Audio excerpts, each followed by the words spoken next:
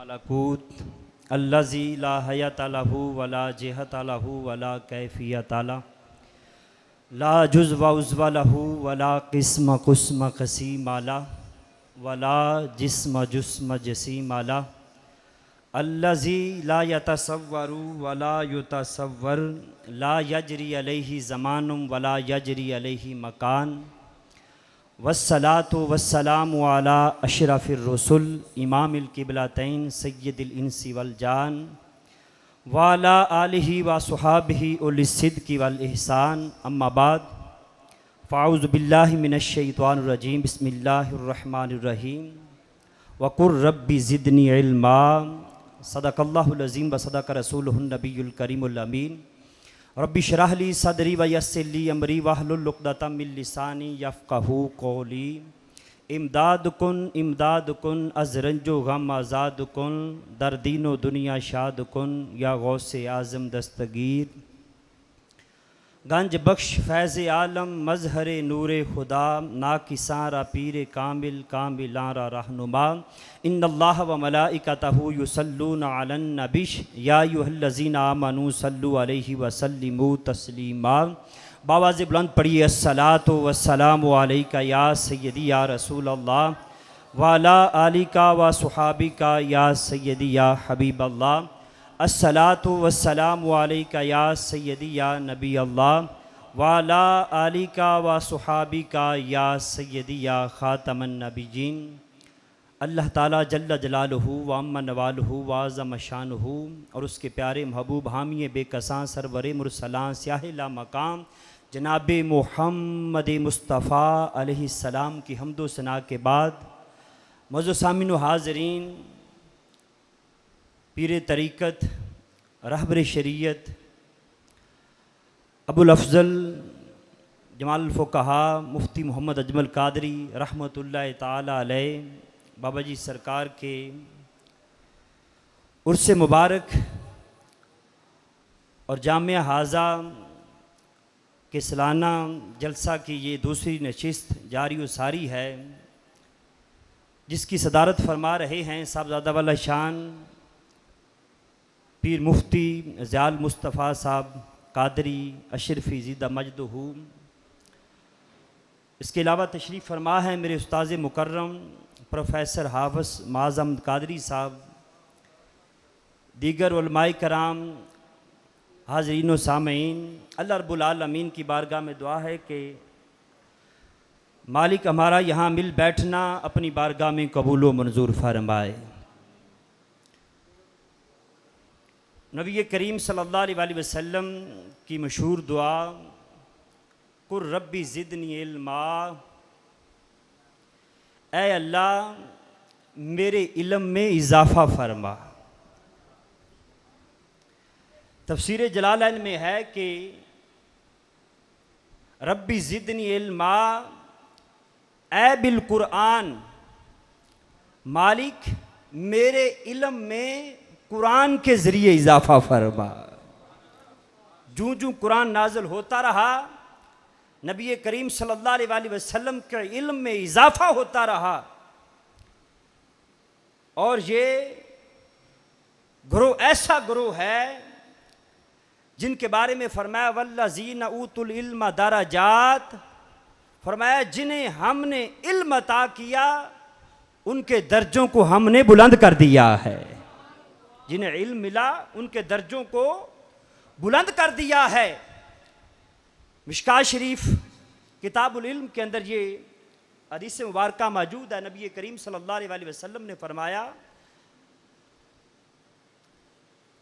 अतदरूना अजवद जूदा, क्या साहब बताओ सबसे ज़्यादा सखी कौन है? असहाब रसूल अर्ज़ करते हैं कि या नबी अल्लाह, अल्लाह और अल्लाह का रसूल बेहतर जानता है। नबी करीम सल्लल्लाहु अलैहि वसल्लम ने फरमाया अल्लाहु अजवद जूदा, फरमाया सबसे बड़ा सखी अल्लाह की ज़ात है। फरमाया कि सुम्मा आना बनी आदम, फरमाया कि खुदा की ज़ात के बाद पूरी कायनात के अंदर सबसे बड़ी सखी कोई ज़ात है तो फरमाया वो ज़ात मुस्तफ़ा है। सुम्मा राजुलन आलिमा इल्मन फनशरहु, फरमाया कि तीसरे नंबर पर सबसे ज्यादा जो सखी है, फरमाया वो आलिम है जिसने इल्म हासिल किया है फिर उसका प्रचार भी कर रहा है। इल्म पढ़ा है और उसका आगे प्रचार करना, ये बहुत बड़ी सखावत है, बहुत बड़ा एजाज है, बहुत बड़ा शर्फ है। अब यहां हम मकतब साथी भी मौजूद हैं, मैं आपके सामने इमाम गजाली की वसीयत रखना चाहता हूं। हुज्जतुल इस्लाम इमाम गजाली फरमाते हैं, जो ये चाहता है कि मैं इल्म के अंदर मकाम हासिल करूं, मेरा मर्तबा और मकाम मिल जाए, तो फरमाया मेरी 3 बातों पर वो अमल कर ले। फरमाया कि नंबर 1, सबसे पहले जो पढ़ता है उसका अदब करो। फिर फरमाया कि जिससे पढ़ता है उसका अदब करो। और फरमाया कि तीसरी बात, जहां पढ़ता है उसका अदब करो। यानी किताब का भी अदब करो, उस्ताद का भी अदब करो, और अपनी जो तालीम गाह है, जो मदरसा है, उसका भी अदब करो। फरमाया अल्लाह पाक तुम्हें इल्म अता फरमा देगा। उलमा की बड़ी शान है, बड़ी फजीलत है, अगर हम समझें तो। इससे बड़ी बात क्या है? इमाम गजाली बयान करते हैं कि क़यामत वाले दिन एक शख्स को अल्लाह की बारगाह में हाजिर किया जाएगा। अल्लाह पाक फरमाएगा इसे मेरे महबूब की बारगाह में ले जाओ। जब वो शख्स जो है हौज़े कौसर पर हुजूर की बारगाह में हाजिर होगा, इमामुल अंबिया अपने गुलामों को, अपने आशिकों को आबे कौसर के जाम अता कर रहे होंगे, लेकिन वो शख्स जब बारगाह रिसालत में आएगा, आका अलैहिस्सलाम उसे आबे कौसर जो है जाम में नहीं बल्कि अपने दस्ते मुबारक से अता फरमाएंगे। लोग अर्ज करेंगे या नबी अल्लाह, बाकी लोगों को जाम दिया जा रहा है, लेकिन ये खास शख्स है, इसे ये मर्तबा और मकाम किस लिए मिला है? फरमाया कि दुनिया वाले दुनिया हासिल करते रहे, जायदादें बनाते रहे, कारोबार करते रहे। फरमाया ये मेरे दीन का आलिम है जो इल्म पढ़ता रहा और इल्म की तशहीर करता रहा है। और ये उलमा की फिर जिम्मेदारी भी बनती है। जितना बड़ा मनसब होता है, फिर जिम्मेदारी भी उतनी उस पर ऐद होती है। मैं आपके सामने एक बात रखना चाहता हूं। देखिए कि हमारे असलाफ ने किस मेहनत से दीन पढ़ा है और उम्मत तक फिर उसको पहुंचाया है।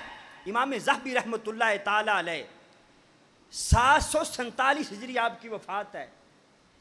आपकी मशहूर ज़माना किताब सियरुल अलाम वन नुबला के अंदर आपने इस वाक़या को नकल फरमाया है। फरमाते हैं कि हज़रत इमाम बकी बिन मखलद उंदलस अफ्रीका से चले हैं इल्म हासिल करने के लिए, हदीस से रसूल हासिल करने के लिए बगदाद पहुंचे हैं। कहाँ अफ्रीका है, कहाँ बगदाद है। जब वहाँ पहुंचे हैं तो देखा कि एक नौजवान हल्का लगा है, पढ़ा रहे हैं। पूछा ये कौन है?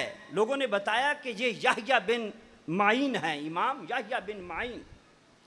और इमाम याह्या बिन माइन आप फरमाते हैं कि मेरे वालिद ने तरका के अंदर 11 लाख दिरहम छोड़े हैं। फरमाया कि मेरे पास जूती भी नहीं बची है, मैंने सारे का सारा सरमाया जो है दीन हासिल करने में खर्च कर दिया है। आप फरमाते हैं जब मैं करीब हुआ ना, इमाम बकी बिन मखलद कहते हैं इमाम याह्या बिन माइन रिजाल के बारे में गुफ्तगू कर रहे थे कि फलां रावी सिका है, फलां ज़ईफ़ है। आप फरमाते हैं कि मैंने कहा कि आप इमाम अहमद बिन हंबल के बारे में क्या कहते हैं?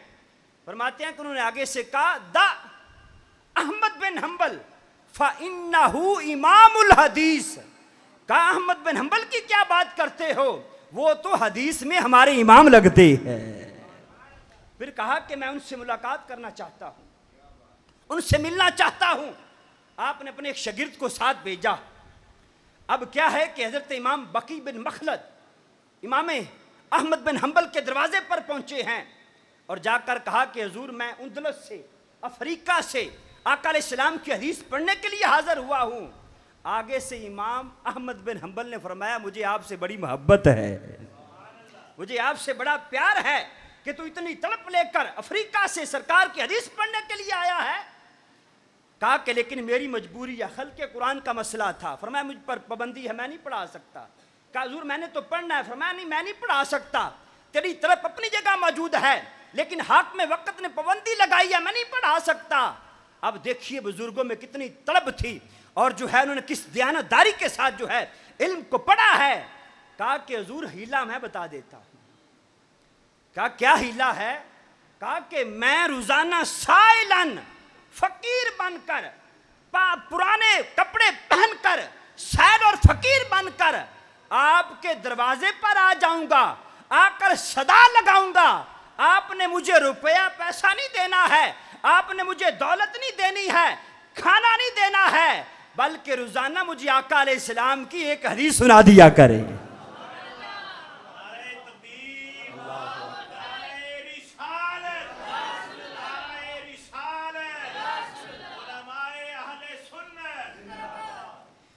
तो इससे जो है हमें बहुत कुछ सबक मिलता है कि हमारी जिम्मेदारी बनती है कि जो है हम मेहनत से पढ़ें, मुताला करें और जो है दीन को सही मानों में जो है अखज़ करके जो है फिर उम्मत तक जो है दयानतदारी के साथ जो है पहुंचाया जाए। उलमा की इतनी कदर है, इतनी जो है अहमियत है। कंजुल उमाल के अंदर ये हदीस मुबारक मौजूद है। आका अलैहिस्सलाम ने फरमाया कि जब लोग उलमा से दूर हो जाएंगे, उलमा की सोबत से दूर हट जाएंगे, फरमाया कि इसकी वजह से अल्लाह पाक उन पर 3 वबाल मुसल्लत कर देगा।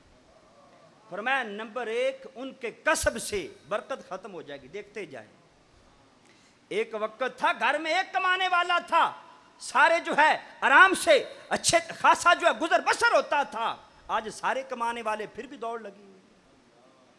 नंबर 2 फरमाया कि उन पर जालिम हुक्मरान मुसल्लत कर दिए जाएंगे, देख ले। और नंबर 3 फरमाया कि तीसरी मुसीबत उलमा से दूरी की वजह से जो उन पर मुसल्लत कर दी जाएगी, फरमाया कि लोग बेदीन होकर मरे। उलमा की सोबत से दूरी की वजह से लोग जो है बेदीन होकर मरे। तो दोस्तों यही पैगाम है, उलमा की बड़ी जिम्मेदारी है और जो है अवाम उन्नास की भी बड़ी जिम्मेदारी बनती है कि दयानतदारी से उलमा से जो है इल्म हासिल करें और जो है जिस तक जो भी बात पहुंचती है, एक हदीस सुनते हैं, जो है 2 हदीसें सुनते हैं, जो है बयान करने वाला भी जिम्मेदारी से बयान करे और सुनने वाले भी जो है दयानतदारी से सुने। और उनके लिए आका अलैहिस्सलाम की कितनी बड़ी खुश जो है बुशारत है। फरमाया वो शादबाद रहे, वो खुश रहे, फरमाया कि जिसने मेरी बात को आगे पहुंचाया है।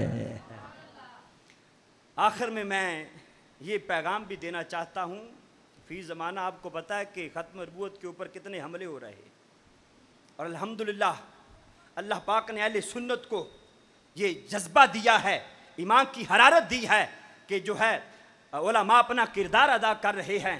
और ये पैगाम हमें सहाबा ने दिया है। क़िबला अल्लामा वारिस साहब बता रहे थे ना, ये लोग जो है आका अलैहिस्सलाम की ज़ात को मुतनाज़ा बना रहे हैं कि आका अलैहिस्सलाम को ऐसे मानना है, कोई कैसा ऐसे मानना है, कोई कहता नहीं ऐसे माने। हमने किसी की बात नहीं सुननी, हमने आका को ऐसे मानना है जिस तरह आका अलैहिस्सलाम के सहाबा ने माना है। आका अलैहिस्सलाम के सहाबियाँ हज़रत तलहा बिन बर्रा 10 साल उम्र है। आका अलैहिस्सलाम तशरीफ़ फरमा है, हुज़ूर की बारगाह में आए हैं, आकर आका अलैहिस्सलाम के हाथों को भी बोसा दिया है, सरकार के कदमों को भी बोसा दिया है। कहिए ना सुभान अल्लाह। अब लोग कहते हैं जी अंगूठे चूमे के ना चूमे, चूमे के ना चूमे, अभी ये झगड़ा डाला हुआ है। अरे तुम अंगूठों की बात करते हो, अल्लाह के महबूब के जो सहाबी हैं वो हाथ भी चूम रहे हैं, वो पाँव भी चूम रहे हैं। और आका अलैहिस्सलाम ने पूछ लिया, तलहा बिन बर्रा ये तूने किस लिए किया है? अर्ज की या नबी अल्लाह मुझे तो आपसे मोहब्बत है। और आका अलैहिस्सलाम ने फरमाया तलवार उठाओ, जाकर बाप का सर लेकर आओ, परेशान नहीं होना। जाकर बाप का सर लेकर आओ। 10 साल के सहाबी हैं, ये है तरबियत सहाबा की। उन्होंने चूंचरानी की, उन्होंने सोचा नहीं है, तलवार उठाई है, दौड़े हैं। इमामुल अंबिया ने फरमाया वापस आ जाओ। फरमाया मैं तो चेक करना चाहता था। फरमाया मैं बाप मरवाने के लिए नहीं आया, मैं तो माँ और बाप का अदब बताने के लिए तशरीफ लाया। और यही सहाबी बीमार हो गए। आका अलैहिस्सलाम पूछने के लिए सुबह भी जा रहे हैं, शाम भी जा रहे हैं। एक दिन जब आका अलैहिस्सलाम ने आपके वालिदैन से फरमाया कि मेरे इस सहाबी का रात को इंतकाल हो जाएगा, और फरमाया कि जनाजे के लिए आपने मुझे बुलाना है। अब जब आका अलैहिस्सलाम तशरीफ़ ले गए तो क्या है कि कहा कि वालिदैन से आका अलैहिस्सलाम क्या फरमा रहे थे। वालिदैन ने बात छुपानी चाहिए, कहा नहीं मुझे बताएं। फरमाया कि आका अलैहिस्सलाम फरमा रहे थे कि रात को तेरा इंतकाल हो जाएगा। फरमाया ये बात छोड़ो, आगे वाली बात करो। कहा आका अलैहिस्सलाम ने फरमाया कि जनाजे के लिए मुझे बुलाना है। हज़रत तलहा बिन बर्रा अर्ज करते हैं कि ना आपने आका अलैहिस्सलाम को रात के अंधेरे में नहीं बुलाना, कहीं ऐसा ना हो कि रात के वक्त अंधेरे का फायदा उठाते हुए कोई यहूदी आका अलैहिस्सलाम पर हमला कर दे। मुझे ये गवारा नहीं है। वो किसी ने कहा ना, भूले ना मरते मरते, भूले ना मरते मरते आदाब बे कुबे जाना। सुबह हुई, रात को जनाजा पढ़ा दिया गया। आका और कहा कि अगर हमारी कोई वक़्त हुई तो आका अलैहिस्सलाम कब्र पर तशरीफ़ ले आएंगे। अब क्या है कि नबी करीम सल्लल्लाहु अलैहि वसल्लम जब सुबह पूछा फिरा, आप मुख्तसर कब्र पर तशरीफ़ ले गए और जाकर आपने दुआ के लिए हाथ उठाए हैं। अल्लाहुम्मा इल्का तलहाता, या अल्लाह तू तलहा से इस हाल में मुलाकात कर कि जब ये तुझसे मुलाकात कर रहा हो, मालिक ये तुझे देखकर मुस्कुराए तो अपनी शान के मुताबिक इसे देखकर मुस्कुराता रहे। तो दोस्तों, आका अलैहिस्सलाम को ऐसे मानना है जिस तरह आका अलैहिस्सलाम के असहाब ने माना है। और आखिरी बात करना चाहता हूं, यह है सहाबा का पैगाम। हजरत ज़ैद बिन हबीब हैं, आका अलैहिस्सलाम के सहाबी हैं। उधर से मुसैलमा कज़्ज़ाब ने खत लिखा, कहता है कि आप मेरे साथ मुआहदा कर ले, आधे अरब के नबी आप हैं, आधे का मैं हूं, या फिर ये है कि आपकी ज़हरी हयात तक आप नबी हैं, आपके बाद मैं नबी हूंगा। आका अलैहिस्सलाम ने फरमाया तू कज़्ज़ाब है, मैं अल्लाह का सच्चा नबी हूं। ताजदारे खत्मे नबूवत, ताजदारे खत्मे नबूवत, ताजदारे खत्मे नबूवत। फरमाया मैं अल्लाह का सच्चा नबी, तू झूठा है। आका अलैहिस्सलाम ने ये खत लिखा और फरमाया ये खत लेकर कौन जाएगा। आका अलैहिस्सलाम के दुबले पतले से सहाबी हैं, छाबड़ी फरोश हैं, खजूरें खा रहे हैं। फौरन कहते हैं या नबी अल्लाह मैं लेकर जाऊंगा। एक सहाबी बोला, खजूरें मुंह से गिरी ना उसके ऊपर, कहता यार खजूरें तो खा ले। कहता वाह जी, मैं खजूरें खाता रहूं, आका अलैहिस्सलाम किसी और की ड्यूटी लगा दे। अब क्या है कि वो सहाबी घोड़े पर सवार है, जरनैल की तरह जो है मुसैलमा कज़्ज़ाब के दरबार में जाना है, वहां पर पहुंचे हैं। वो जो बाद में ईमान ले आए, वो सहाबी बयान करते हैं कि मुसैलमा कज़्ज़ाब बैठा हुआ था। अब सहाबी वहां पहुंचे हैं और उसके सामने जाकर खत दिया है। साथ वाला जो बंदा था उसने खत पढ़ना शुरू किया है। अलैदगी में पढ़ता तो और बात थी, फौज मौजूद है, लोग मौजूद हैं। उसने सबके सामने पढ़ दिया कि इसमें लिखा हुआ है कि ऐ मुसैलमा तू कज़्ज़ाब है, झूठा है, मैं अल्लाह का सच्चा नबी हूं। अब उसकी बेइज्जती हो गई। उसने कहा कि ऐ ज़ैद बिन हबीब तू क्या कहता है। कहा मैंने क्या कहना है, जो अल्लाह के नबी ने कहा है मेरा भी वही अकीदा है। उसने कहा देख पीछे देख, मेरी फौजें मौजूद हैं, अभी तेरा सर कलम कर दूंगा।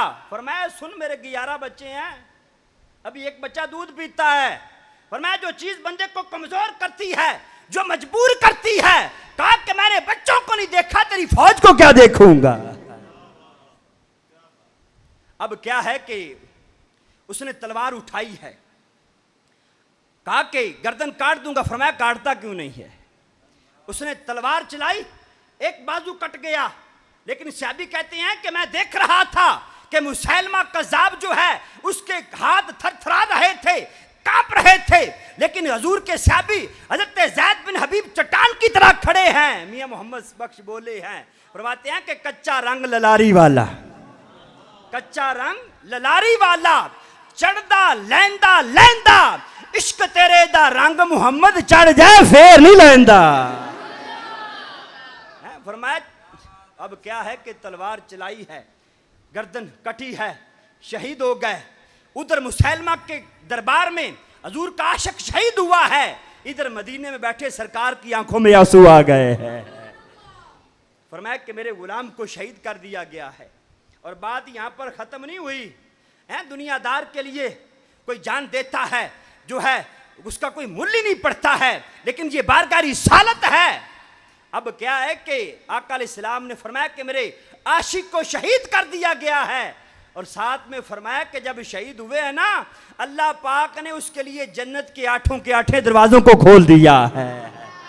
अल्लाह रब्बुल आलमीन हमें हालात को समझने की तौफीक अता फरमाए और जो है ख़त्म नबूवत का काम करने की तौफीक अता फरमाए। वमा अलैया इल्लल बलाग।